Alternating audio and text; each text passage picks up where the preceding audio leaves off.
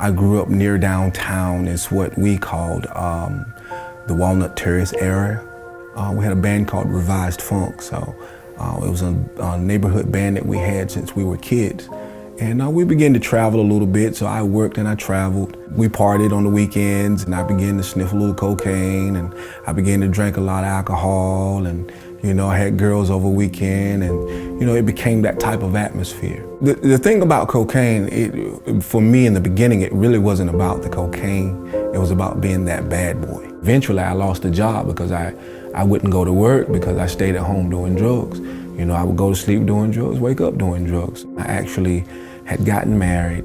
I didn't tell her that I had a past. We were fighting, and the kids were crying. There was a piece of me, the good piece of me, where I just wanted to stay home and be the father and the husband and being who I need to be and sitting here and listen to what I need to listen to. But the drugs were calling and the streets were calling, so I left. I ended up in a room like this. I began to indulge in the drugs like never before. I just scored some drugs, and before I began to do the drugs, I began to miss my wife and my children. I wanted to be that man, that husband. I wanted to be that father. I wanted to be that godly man. I said, God, is this how you're going to leave me? You said that you were going to be with me, and this is how I'm going to die? And God immediately sent a response back, immediately.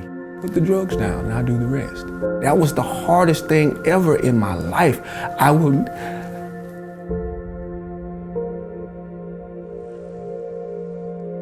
never forget that day.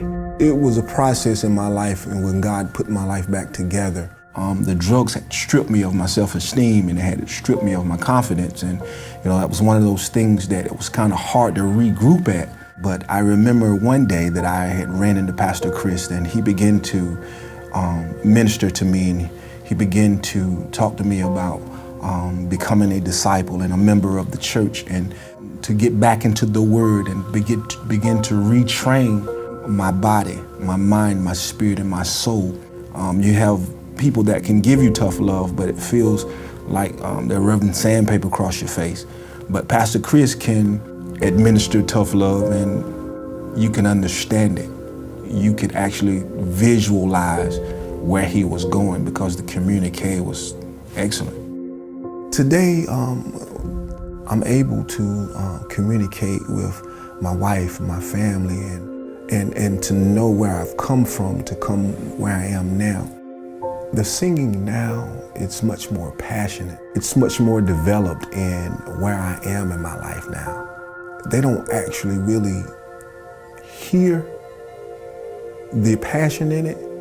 They see the passion. I really love the people. It's about God's people because I was once there. I know what that struggle is like. So the singing has changed because I have changed.